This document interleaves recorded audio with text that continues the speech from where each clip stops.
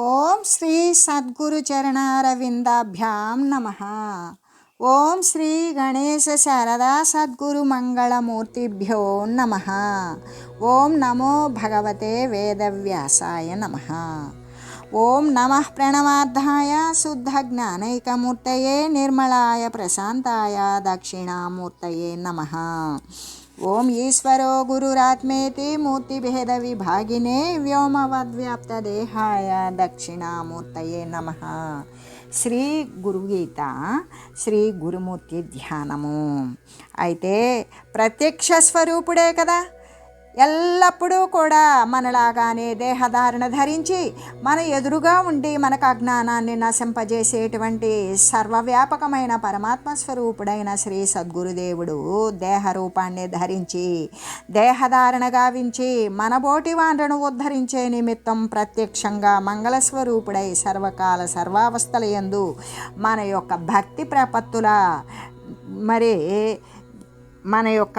భక్తి ప్రపత్తులతో వికసిత వదనుడై సంతోషయుక్తుడై ఆయన తన యొక్క జ్ఞానోపదేశాన్ని గురించి తెలియజేస్తూ ఉంటారు.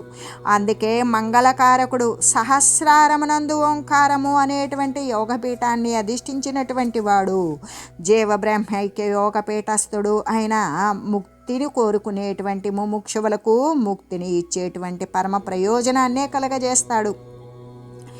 ఏ మార్పులు లేనటువంటి నిర్వికల్పమైన అఖండ స్వరూపమైనటువంటి జ్ఞానం యొక్క సిద్ధినే ఇస్తూ ఉంటాడు.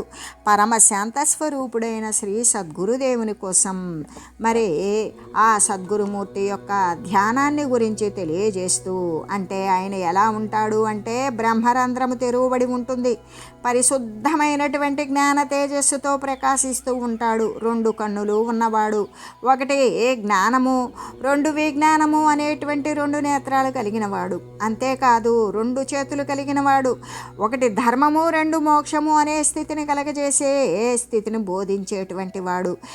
పరమ భక్తులైనటువంటి శ్రేష్ఠులకు మృత్యు భయాన్ని బాపివేస్తాడు, జ్ఞానతత్వాన్ని బోధిస్తాడు, అభయప్రదానాన్ని ఇచ్చి సంసార దుఃఖాల నుండి దూరం చేస్తాడు. మరి అటువంటి పరమశాంత స్వరూపుడైన శ్రీ సద్గురుమూర్తిని బ్రహ్మముహూర్త కాలమున తెల్లవారుజామునే లేచి శ్రీ గురునామమైనటువంటి శ్రీ గురు మంత్రోచ్చారణ పూర్వకమైన గురుమంత్రాన్ని జపిస్తూ స్మరించాలి. తదేక నిష్ఠులై ధ్యానించాలి. అంటే నిర్మలమైనటువంటి వదనము నేత్రము కలిగినవాడు కాబట్టి ప్రసన్నుడు సర్వదేవమయుడు శ్రీ గురుదేవుని స్మరిస్తూ శ్రీ గురుదేవుని యొక్క పాదోదక ధార తన యొక్క శిరస్సునందు పడేటట్లుగా చేసుకుని అంటే తన యొక్క శిరమున శ్రీ గురుదేవుని యొక్క పాదతీర్థాన్ని ధారగా పోసుకోవాలి. పరమ భక్తుడైన వాడు తన యొక్క పాల భాగమున ఉన్నటువంటి శ్రీ గురు పాద జలధార చేత బాహ్యమునందు అభ్యంతరమునందు ఉన్నటువంటి మురికిని కడిగివేస్తాడు. అందుచేత సకల ఇంద్రియాలు కూడా మురికి లేకుండా మాలిన్యరహితమై పరిశుభ్రమై పవిత్రమై శాంతిని పొందుతూ ఉన్నాయి. మనస్సు కానీ సకల పాపాలు కూడా నశించిపోయే మనసు వృత్తి శూన్యమే అవుతూ ఉన్నది. అందుచేత శ్రీ గురుదేవుని యొక్క పరమభక్తుడు సకల పాపాల నుండి కూడా విడువబడిన వాడై సంకల్పరహితుడై పరిశుద్ధుడై స్ఫటికములాగానే సమానంగా ప్రకాశిస్తూ ఉన్నాడు. స్ఫటికం అంటే అది విషయాలను అంటే స్ఫటికము అనడం చేత మనం ఈ విషయాన్ని కూడా తెలుసుకోవాలి. స్ఫటికము అంటే స్వచ్ఛంగా ఉంటుంది. అది దాని ముందు ఏ యొక్క వస్తువు ఉంటే దానిని ప్రతిఫలిస్తుంది, దాని యొక్క రంగుని స్వీకరిస్తుంది. కానీ స్వీకరిస్తుందా? మళ్ళీ ఆ వస్తువుని తీసివేస్తే తనదైనటువంటి సహజమైన స్వచ్ఛత అలాగే ఉంటుంది. అట్లాగే తన ఆత్మ కూడా ఈ యొక్క కోరికల చేత నిండిపోయి ఉండడం వల్ల అది శ్రీ గురుదేవుని యొక్క పాదోదకము, ఆ పాదాలను కడిగినటువంటి నీరు తన శరీరము మీద పడడం వల్ల ఆ కోరికలతో ఉన్నటువంటి రజోగుణం కూడా శుద్ధమైపోతుంది, నశించిపోతుంది. అందువలన తాను పరిశుద్ధమైన ఆత్ముడే అయ్యుంటాడు. నిర్మలమైనటువంటి జ్ఞాన తేజస్సుతోటి ప్రకాశిస్తూ ఉంటాడు. అంటే ఏ గురువు యొక్క కుడి పాదమునందైతే సమస్తమైనటువంటి పుణ్యతీర్థాలు ఆశ్రయించి ఉన్నాయో ఆ వాటి యందు స్నానం చేసినటువంటి వారు ప్రతి ఒక్కరూ కూడా తరించిపోతూ ఉన్నారు. అంటే ఇక్కడ 2 పాదాల యొక్క తీర్థాలను కదా చెప్పేది.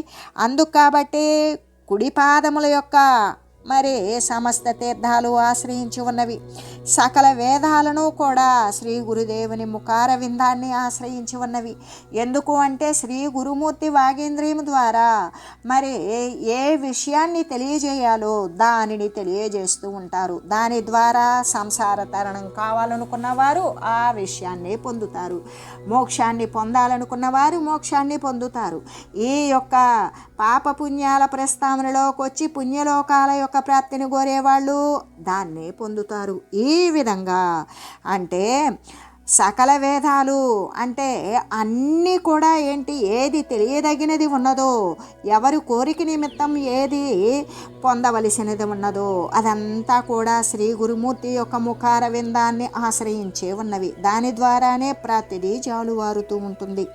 అంటే శ్రీ గురుదేవుని పాదాన్ని సోకినంత మాత్రము చేత సకల తీర్థాలు కూడా ఎవరైతే శ్రీ సద్గురుమూర్తి యొక్క పాదాన్ని తాకుతారో ఆ తాకినంత మాత్రము చేత ఏ తీర్థమైనా పరమ పవిత్రమైపోతుంది. అలాగే సకల తీర్థాల యొక్క స్నాన పుణ్యము భక్తులకు కూడా కలుగుతూ ఉన్నది. అన్ని తీర్థయాత్రలు సేవించి అన్ని తీర్థాలలో కూడా స్నానం చేసినటువంటి పుణ్యము శ్రీ సద్గురుమూర్తి యొక్క పాదతీర్థమునందు మరి అలా శిరమున చల్లుకోవడం వల్ల మాత్రం జరిగిపోతుంది అని చెబుతూ, అంత మాత్రమే కాదు, శ్రీ గురుదేవుడు పాదమిడగానే సకల తీర్థాలు కూడా ఉత్పన్నమే అవుతూ ఉన్నవి.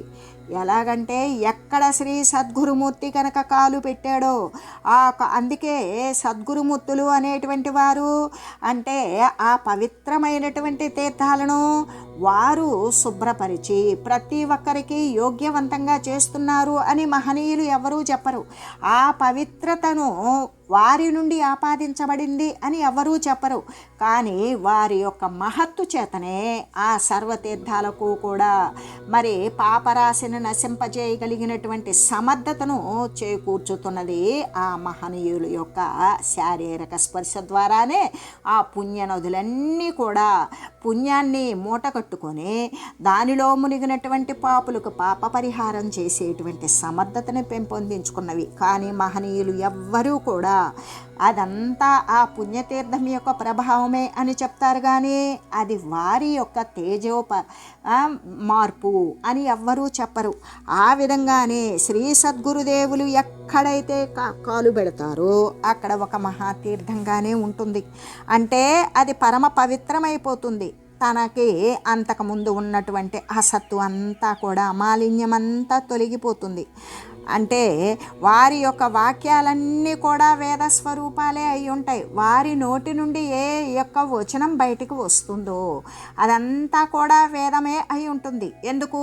అది ప్రతి ఒక్కరికి ఉపయుక్తమైనది, ప్రతి ఒక్క జీవి తరించవలసినదిగా ఉంటుంది. జీవి తన యొక్క అంటే తన శాస్త్ర ప్రామాణితమైనటువంటిది కాదు, విజ్ఞాన ప్రామాణితమైనటువంటి తన యొక్క స్వంత సదనాన్ని చేరుకునేటువంటి జ్ఞాన ప్రకాశ మార్గమే అయి ఉంటుంది శ్రీ సద్గురుదేవుని యొక్క వాక్యం. అందుకే అది వేద స్వరూపాలే, ప్రతి ఒక్కరూ దానిని తెలియవలసి ఉన్నది. అటువంటి సమస్తాన్ని కూడా తీర్థంగా చేసేటువంటి వాడు ఎవడు అంటే పరమ పవిత్రుడై సకల వేద స్వరూపుడై ఉన్నటువంటి జ్ఞానమూర్తి అయిన శ్రీ గురు పరమాత్మను నిరంతరము కూడా అంటే ప్రతి ప్రదేశాన్ని కూడా అటువంటి సమస్తాన్ని కూడా పరమ పవిత్రమైనటువంటి తీర్థాలుగా చేయబడినటువంటిది పరమ పవిత్ర పాదము శ్రీ సద్గురుమూర్తి యొక్క పాదము. ఆయన పవిత్రుడే తన చుట్టూ ఉన్నటువంటి పరిసరాలను పవిత్రం చేస్తాడు, సకల వేద స్వరూపుడవుతాడు. అంటే ఇప్పుడు మనకు తెలిసినటువంటి వేదాలు 4 ఏంటి? ఋగ్వేద, యజుర్వేద, సామవేద, అథర్వణ, దానికి ఉపవేదాలు ఉన్నాయి. మరి పౌరుషాలని, మరి మహావాక్యాలని, మరి ఉపనిషత్తులని, సత్యాస్త్రాలని, అష్టాదశ పురాణాలని, సకల సమస్తమైనటువంటిది కూడా ఏ యొక్క వచన రూపంలోకి వేదము అంటే శబ్దము, అది సుశబ్ద నిశ్శబ్ద శబ్ద భేదాలు రెండుతో కూడుకుని ఉన్నది. వేదము అంటే అది శబ్ద స్వరూపంలో వచ్చినటువంటి ప్రణవనాద స్వరూపము, అదే వేదము. ఏది తెలియవలసిందో, ఏది తెలియాలో, ఏది తెలియబడుతుందో అదే ఆ వ్యక్త పరబ్రహ్మ స్వరూపమైనటువంటి ప్రణవ స్వరూపం, అదే వేదము. ఆ వేద స్వరూపుడైనటువంటి జ్ఞానమూర్తి శ్రీ సద్గురుమూర్తియే. శ్రీ గురు పరమాత్మను నిరంతరం కూడా యథార్థమైనటువంటి శ్రీ గురుస్వరూపాన్ని స్తుతించాలి. అసలు శ్రీ గురుస్వరూపం పరమాత్మ స్వరూపమే, మరొకటి కాదు అని స్తుతిస్తూ ధ్యానిస్తూ పూజించాలి, ఇంకా సేవించాలి. దాని ద్వారా వాడు ఆ మార్గాన, జ్ఞాన మార్గాన బట్టి పయనించగలుగుతాడు. ఎల్లవేళలా ఆ స్వరూపాన్ని స్మరించి స్మరించి తాను ఆ స్వరూపుడే అవుతాడు. అంటే దాని యందు ఏకత్వ భావన సాధించుకోవాలి అని చెబుతూ, సహస్రదళ పంకజే సకల సీతరశ్మి ప్రభం వరాభైకురాంబుజం విమలగంధ పుష్పాంబరం ప్రసన్నవదనే క్షణం సకల దేవతా రూపిణం స్మరేచ్చిరసి హంసగం తదభిధ్యాన పూర్వం గురుం. నిరంతరము కూడా సహస్రారమునందు, అంటే సహస్రారము అంటే బ్రహ్మరంధ్ర స్థానము, అక్కడ ఎలా ఉన్నాడు? శీతధాముడై ఉన్నాడు. చల్లగా ప్రసన్నతతో నిరతిశయ ఆనందముతో పరివేష్టితుడై ఉన్నాడు. అయితే ఆయన ఎలా ఉన్నాడు? పరమశాంతి స్వరూపుడై ఉన్నాడు. శుద్ధమైన స్వచ్ఛమైనటువంటి చంద్రకాంతితో ప్రకాశించేటువంటి వాడు. చల్లని వెలుగులు, మనస్సుని నిర్మూలింపజేసేటువంటి వెలుగులను విరజిమ్ముతూ ఉన్నాడు. అంతేకాదు సకల కలిదోషాలు కూడా నశించిపోతాయి. కలిదోషాలు అంటే కోరికలకు మూలమైనటువంటి దోషాలు. ఆ దోషయుక్తమైనటువంటిదే ఉపాధి. ఆ ఉపాధులు నశించాలి అంటే భ్రాంతి పోవాలి. ఆ భ్రాంతి అంటే అస్థిరమైన స్వరూపంలో ఉంటుంది. ఆ అస్థిరత్వం పోవాలి అంటే అజ్ఞానం నశించాలి. ఆ అజ్ఞానం నశించాలి అంటే జ్ఞానాన్ని ఆశ్రయించాలి. జ్ఞానంలో నడవాలి అంటే సద్గురుమూర్తి యొక్క పాద చరణాలను, చరణ కమలాలను మరి నమ్మి ఆశ్రయించాలి. అక్కడ ఆశ్రయించినప్పుడు మాత్రమే జ్ఞానము అనేటువంటిది కలుగుతుంది. దాని ద్వారా కలిదోషాలు నశించిపోతాయి. ఆ కలిదోషాలు నశించిపోయినప్పుడు ఎలా ఉంటుంది? బ్రహ్మరంధ్రము నిరావరణమై ఉంటుంది. అంతకుముందు ఆవరణ సహితంగా ఉంటుంది. ఆవరణ అంటే అది ఆ బ్రహ్మరంధ్రము అనేది మూసుకుపోయి ఉంటుంది. ఏ యొక్క ప్రకృతి నుండి కూడా వచ్చేటువంటి దానిని అడ్డుకుంటుంది. దీని నుండి ప్రకృతికి ఏమీ చేరనివ్వదు. అంటే ప్రకృతికి ఆవల ఉన్నటువంటి ఏ బ్రహ్మతత్వం అయితే ఉన్నదో దానితో ఇది సంబంధం కలిగి ఉంటుంది. కానీ ఇప్పుడు అజ్ఞానము అనబడేటువంటి ప్రకృతి సంబంధమైనటువంటి వాత శీత పైత్యాదులతో కూడుకున్నటువంటి అజ్ఞానము, ఈ జడ సంబంధమైనటువంటి భావాలతో ఉన్నటువంటి ఈ యొక్క కోరిక వాసనల చేత అక్కడ ముసుగు వేయబడింది. ఆ ముసుగు అనేటువంటిది తొలగించుకోవాలి. అది తొలగించుకోవాలి అంటే కలిదోషాలు నశించాలి. కలిదోషాలు నశించాలి అంటే జ్ఞానం కలగాలి. ఆ జ్ఞానం కలగాలంటే సద్గురువును ఆశ్రయించాలి. సద్గురుమూర్తి యొక్క అనుగ్రహం ద్వారా బ్రహ్మరంధ్రము అనేటువంటిది ఏ ఆవరణ లేకుండా ఎల్లవేళలా కూడా రంధ్రం వికసితమై మిక్కిలి విరాజిల్లుతూ ఉంటుంది. కేవలం శ్రీ సద్గురుమూర్తికి మాత్రమే. ఆయన ఎందుకు అంటే అమృత స్వరూపుడు. ఆయనకి ఎటువంటి రాకపోకలు లేనటువంటి స్వరూపము, సర్వవ్యాపకమైనటువంటి స్వరూపము. అయితే పరమ భక్తుల కోసం అభయహస్త కమలము అనేటువంటిది ధరించిన వాడు. ఎవరు నమ్మి కోరి ఆశ్రయిస్తారో వారికి భయాన్ని పోగొడతాడు. ఏ భయాన్ని అంటే చావు పుట్టుకులను గురించినటువంటి భయాన్ని పోగొడతాడు. అమృత స్వరూపమైనటువంటి అజరామరమైనటువంటి ఏ యొక్క శాశ్వతమైన ఆనందం ఉన్నదో దానిని పొందింపజేస్తాడు. అందుకు ఆయన ఇంకా నిర్మలమైనటువంటి గంధ పుష్పాలను ధరించేటువంటి వాడు. గంధము అంటే వాసన. ఏ వాసన? అస్థిర సంబంధమైనటువంటి ఈ యొక్క వాసనలను, మలిన సంస్కారాలను కూడుకున్నటువంటిది ఈ ఉపాధులను ధరించి ప్రపంచ నిర్మితమై ఈ యొక్క మరి ఇంద్రియ సంఘాతమైనటువంటి దేహాలను కూడుకొని స్థిరమని నమ్ముతూ భ్రాంతి చెందుతూ వస్తూ పోతూ ఉండేటువంటిది. కానీ ఇక్కడ ఏ గంధము నిర్మలమైన గంధము, అక్కడ దానికి వాసన ఉండదా? ఉంటుంది. కానీ ఏంటి, ఈ యొక్క ప్రాపంచక సంబంధమైనటువంటి వాసన కాదు, జ్ఞాన వాసన ఉంటుంది. ఆ జ్ఞానం విజ్ఞానభరితమైనటువంటి వాసనతో కూడుకుంటుంది. అనుభవ సిద్ధితో సాధించినటువంటి వాసన, మోక్షతత్వాన్ని పొందేటువంటి వాసన కలిగి ఉంటుంది. ఆ పుష్పాలను ధరించి ఉంటాడు ఆ అమృత స్వరూపుడైన శ్రీ సద్గురుదేవుడు. అంటే పరిశుద్ధములైనటువంటి గంధ పుష్పాలు లాగానే పరిశుద్ధమైనటువంటి శుద్ధమైన అంతఃకరణుడై జ్ఞానమాధుర్యంతోనే ప్రకాశిస్తూ ఉంటాడు.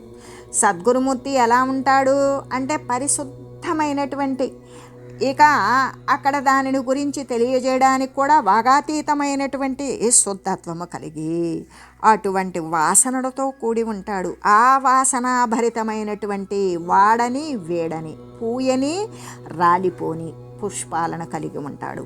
అటువంటి పరిశుద్ధమైన అంతఃకరణుడై ఉంటాడు. ఆ మానసికమైనటువంటి పుష్పాలు ఏంటవి? మనోబుద్ధి చిత్త అహంకారాదులు అనేవి మరి సుగంధభరితమైన జ్ఞానవంతమైన సర్వము పరమాత్మ స్వరూపమే అనేటువంటి జ్ఞానముతో నిండిపోయిన అంతఃకరణముతో, జ్ఞానము అనేటువంటి మాధుర్యముతో, ఆ జ్ఞానం యొక్క రుచిని తెలిసి దానినే ఆస్వాదిస్తూ ప్రకాశిస్తూ ఉంటాడు. అంటే పరిశుద్ధమైనటువంటి ఇక ముఖ పద్మనైన పద్మాలకు ధరించినటువంటి వాడు. ఇక్కడ ఏ పద్మాలను ధరిస్తాడు అంటే ఈ యొక్క పృథివినందు ఏర్పడిన సరోవరాలలో ఉద్భవించినటువంటి కమలాలు కాదు.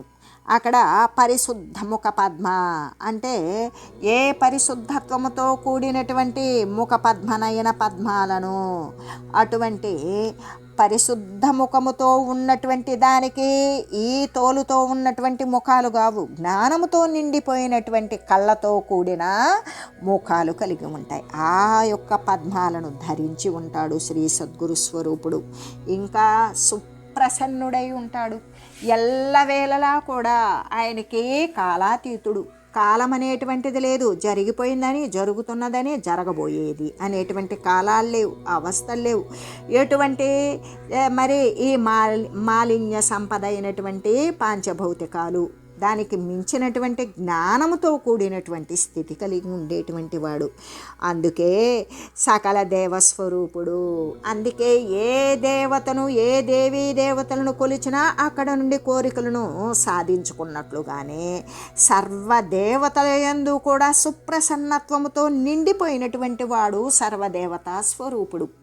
ఎక్కడ దేని చేత ఏదైతే కొని రాబడుతుందో సర్వాన్ని కూడా కోరిన వారికి కోరినటువంటి ఈప్సితాలను నెరవేర్చేటువంటి సకల దేవతా స్వరూపుడైనటువంటి వాడు శ్రీ సద్గురుమూర్తి. ఎందుకు? సర్వము కూడా నిండినటువంటి ఆత్మస్వరూపుడు కాబట్టి. అంతేకాదు శిరస్సునందు హంసస్వరూపుడై ఉంటాడు.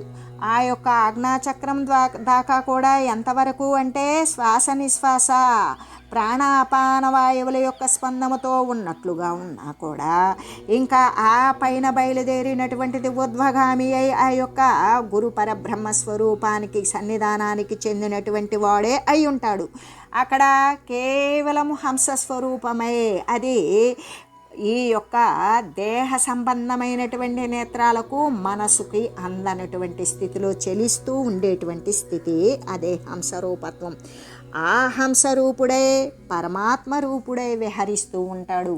ఏ యొక్క శిరస్సు అంటే జగత్తంతా శరీరమైతే ఆ శరీరానికి ఊర్ధ్వస్థానం, ఆ గురు పరబ్రహ్మ స్వరూపం ఉండేటువంటి స్థానం శిరస్సు అని చెప్పాం.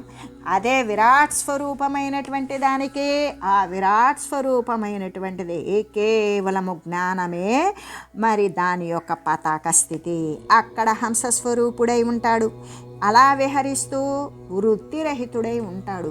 ఏ వృత్తి లేనటువంటి వాడు.